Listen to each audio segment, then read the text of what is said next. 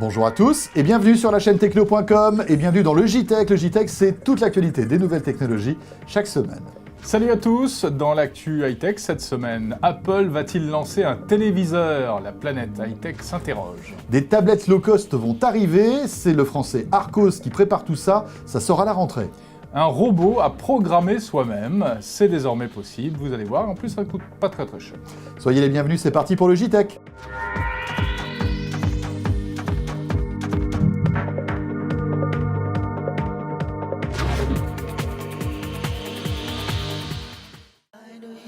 Le JTech avec orangeinnovation.tv, la web TV qui simplifie la vie numérique. Kaspersky, expert en sécurité informatique. Et pour débuter ce JTech, une rumeur qui se fait de plus en plus insistante, qui grossit sur le web. Apple s'apprêterait à lancer d'ici quelques mois une télévision. Alors, c'est pas tellement notre genre de faire dans la rumeur en principe, mais là, il est certain que si ça se transformait en information, ce serait assez énorme. Apple, qui fabrique sa propre télé, pourquoi pas au fond ? Oui, tout à fait, et c'est vrai qu'on pourrait imaginer comme tout à fait légitime, Apple, se lancer sur ce marché, imaginer pouvoir avoir iTunes, pouvoir louer, acheter des films, écouter de la musique directement depuis votre télé. C'est vrai qu'Apple a ce savoir-faire, et cette rumeur, ça fait plusieurs années qu'on l'entretient, et il semblerait que là, ça s'accélère un petit peu. Alors, c'est sorti sur plusieurs sites assez sérieux aux États-Unis. L'information viendrait d'un ancien dirigeant d'Apple qui affirme que la marque à la pomme est en train de préparer quelque chose de très sérieux avec Samsung. Ouais. Et justement, pour en parler, nous avons avec nous Cédric Ingrand. Cédric Ingrand, vous le connaissez, il est journaliste spécialisé high-tech, notamment sur LCI. Alors Cédric, à votre avis, vrai ou pas vrai cette rumeur d'Apple qui lancerait sa télévision ? Il y a toutes les raisons pour qu'Apple sorte un téléviseur. D'abord parce que c'est peut-être le dernier grand marché de l'électronique grand public auquel Apple ne s'est pas encore attaqué, ou en tout cas pas attaqué sérieusement. On connaît le petit boîtier Apple TV. Steve Jobs le dit lui-même, c'est un hobby à l'échelle d'Apple. Ils en vendent quelques millions, mais c'est ni l'iPad ni l'iPhone. Et surtout, depuis très longtemps, et c'est ça qui fonde ma conviction, Jobs dit la télé, c'est un métier compliqué parce que, en tout cas, changer l'expérience de la télévision, ça voudrait dire jouer à saute-mouton avec la box de l'opérateur ADSL ou de l'opérateur câble ou satellite, parce que c'est quand même lui qui décide de l'expérience et des contenus qui sont disponibles, etc. Et jusque-là, son discours n'allait pas plus loin. Mais évidemment, la suite logique, c'est de se dire le seul moyen d'améliorer l'expérience globale du téléspectateur, c'est d'être la télé. Et finalement, il manque pas grand-chose. Maintenant, Apple a le réseau de distribution. Il a évidemment des relations avec des grands constructeurs de panneaux LCD, coréens notamment. Dans ces conditions, qu'est-ce qui lui empêcherait, à minima, d'intégrer la logique, le logiciel d'un boîtier Apple TV dans un téléviseur ? C'est assez simple, vraiment, ce serait pas compliqué avec la petite télécommande. J'imagine et j'espère que si Apple fait une télé, ce sera un peu mieux que ça. D'abord, le design sera huge, great, amazing, revolutionary et tout ça. Et puis, il faut que ça ait un côté magique parce que de l'autre côté, l'une des raisons pour lesquelles le marché de la télé est prêt à être révolutionné, c'est que les marges sont très très fines. Vous avez vu à quel prix aujourd'hui tu trouves un 42 ou un 46 pouces. On trouve des 46 pouces plasma à 500 € de grandes marques en promotion. Enfin, il n'y a plus de marge dans ce métier-là. Or, on sait que c'est exactement l'état de la téléphonie quand l'iPhone est arrivé. Et Apple est, lui, arrivé à redégager des marges, à vendre des produits assez chers. Enfin, en tout cas, assez désirables pour être chers. Merci Cédric Ingrand, donc pour cette news qui, si elle se confirmait, serait quand même un sacré coup de tonnerre dans le paysage high-tech. Voilà, rappelons donc que ce n'est qu'une rumeur, rien n'a été annoncé du côté d'Apple. Cela dit, ce serait quand même un pari risqué, Jérôme, puisqu'on voit que le marché de la télévision est très difficile aujourd'hui, le prix des télés baisse inéluctablement. Alors comment Apple arrivera à tirer son épingle du jeu et à tirer les prix justement vers le haut ? Eh bien on le saura si cette rumeur s'avère exacte. Tiens, les politiques s'intéressent au numérique en ce moment, à l'approche de l'élection présidentielle. Effectivement, Jérôme, et c'est le Parti socialiste qui a annoncé, ni plus ni moins, vouloir supprimer la loi Hadopi s'ils accédaient au pouvoir. Voilà, ce serait donc parmi les propositions du PS en matière de numérique.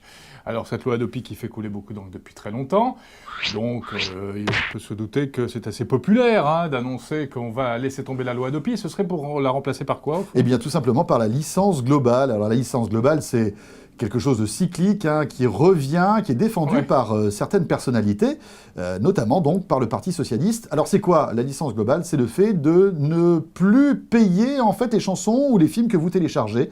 Tout ça serait compris dans un petit forfait qu'on vous prélèvera en plus de votre abonnement Internet de quelques euros et qui vous permettrait après de télécharger ce que vous voulez en toute légalité. Voilà, et évidemment le produit de cette collecte serait reversé aux artistes, aux ayants droit, maisons de disques, etc.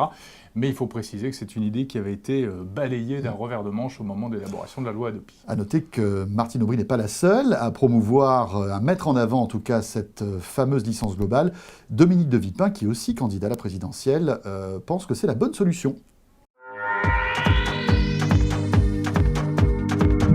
Quoi de neuf dans l'univers fantastique des tablettes Internet? Et oui, c'est un univers impitoyable, on vous en parle régulièrement dans le JTech. Eh bien, la nouveauté, elle vient du français Arcos qui a annoncé les tablettes discount, Jérôme. Oui, on peut dire ça comme ça, effectivement. Effectivement. Beaucoup moins cher que les prix du marché, en tout cas. Voilà, 2 tailles de tablettes, 8 et 10 pouces, et on pourra s'offrir une tablette à partir de 250 €, ce qui est beaucoup moins cher que la concurrence. C'est vrai, alors c'est la 9e génération de tablettes chez Arcos. Et c'est le patron de l'entreprise Arcos que Christophe Joly a rencontré qui nous en parle. Elles sont nouvelles en ce qu'elles ont un processeur à 1,5 GHz contre 1 GHz pour la plupart des tablettes du marché sur la base de NVIDIA Tegra 2 à 1 GHz. Elles ont le meilleur multimédia, meilleure application multimédia. Mais pour en parler en 2 minutes, je ne peux pas trop parler là-dedans. Mais elles sont capables également de jouer du 1080p en H264 high profile, et ce sont les seules tablettes. En gros, elles sont capables de jouer du Blu-ray, à la fois sur le produit et sur la télé. Elles ont une solution tout à fait originale de 3G, avec une clé 3G tout à fait unique, une clé 3G standard pour PC, mais c'est une clé 3G qui s'intègre parfaitement dans la tablette, et donc qui présente l'avantage d'avoir une solution unique pour mon PC et ma tablette, avec un seul abonnement opérateur au lieu de les dupliquer, et une offre de Pay as you go, de prépayé, où la clé est livrée avec une carte SIM, 3 jours offerts, et pour une utilisation casuelle, occasionnelle. Quand est-ce qu'on va pouvoir les acheter? Fin septembre. Voilà pour les tablettes Arcos. Et puis ce n'est pas tout, puisque Arcos va lancer également 2 autres produits assez originaux. Oui, on va commencer par une web radio réveil et aussi un téléphone de maison DECT. Alors 2 appareils qui ont la particularité de fonctionner sous un système d'exploitation que l'on connaît puisqu'il s'agit d'Android. Donc ça nous permettra de regarder nos mails, d'écouter de la musique, de regarder des vidéos, etc. De produits donc innovants. Reste à savoir maintenant si c'est pertinent de sortir par exemple un web radio réveil. On verra bien. Merci d'être avec nous, c'est le JTech sur la chaîne techno.com. Si vous êtes féru de nouvelles techno, vous rêvez peut-être de fabriquer et de programmer vous-même votre propre robot. Eh bien écoutez, vous savez quoi, ça va être possible. Avec POB ou POB, on ne sait pas trop comment on l'appelle, mais en tout cas il est très sympathique ce robot, même s'il n'est pas super canon quand même. Voilà, alors un gros ça ressemble plus à un chariot élévateur que, on va dire, à une DS, mais bon, il peut faire des petites choses sympathiques. Non, mais c'est une base de robot et sur laquelle vous pouvez ajouter toutes sortes d'accessoires, par exemple une pince pour attraper des objets, par exemple des capteurs.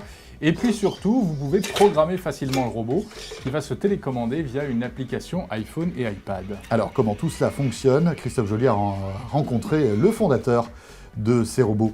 Alors vous avez un robot qui a 2 roues et des plaques avec des trous perforés de chaque côté. Et on va vous fournir des crémaillères, des engrenages, des systèmes mécaniques simples qui vont permettre, une fois assemblés, de donner une fonctionnalité à votre robot. Donc, En rajoutant quelques capteurs, quelques moteurs, vous pouvez créer un robot qui va distribuer des apéricubes. Donc vous avez 2 colonnes d'apéricubes. En appuyant sur un bouton, le robot va se tourner vers vous et vous proposer un apéricube. À vous de choisir lequel. Vous avez un robot avec une pince qui va vous permettre de saisir un gobelet. Et ce robot va être commandé via un téléphone portable, un iPhone. Vous allez sur le site d'Apple, App Store, vous téléchargez l'application Pop Joypad, et si vous avez le robot, vous pouvez directement contrôler le robot avec votre téléphone. Ou alors, vous pouvez utiliser un iPad ou un ordinateur et utiliser notre logiciel qui s'appelle Risby, qui est un logiciel de programmation graphique, donc des petits dessins très simples qui, posés les uns à côté des autres, permettent de créer une phrase robotique qui est compréhensible par tout le monde. C'est un petit peu un langage universel où il n'y a pas de texte, il y a simplement des dessins à décrypter, un peu comme des hiéroglyphes. Voilà, pas mal du tout, hein, ce robot à faire soi-même.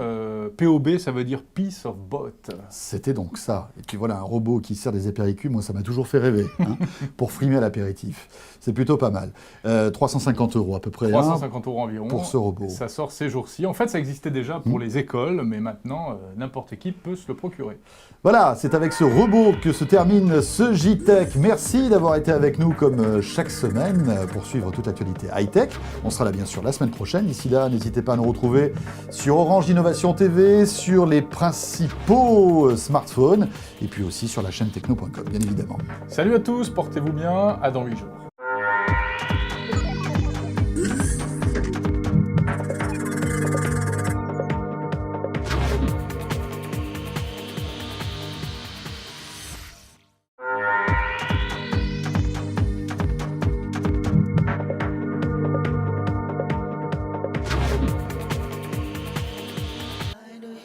Le JTech avec Orange Innovation.tv, la web TV qui simplifie la vie numérique. Kaspersky, expert en sécurité informatique.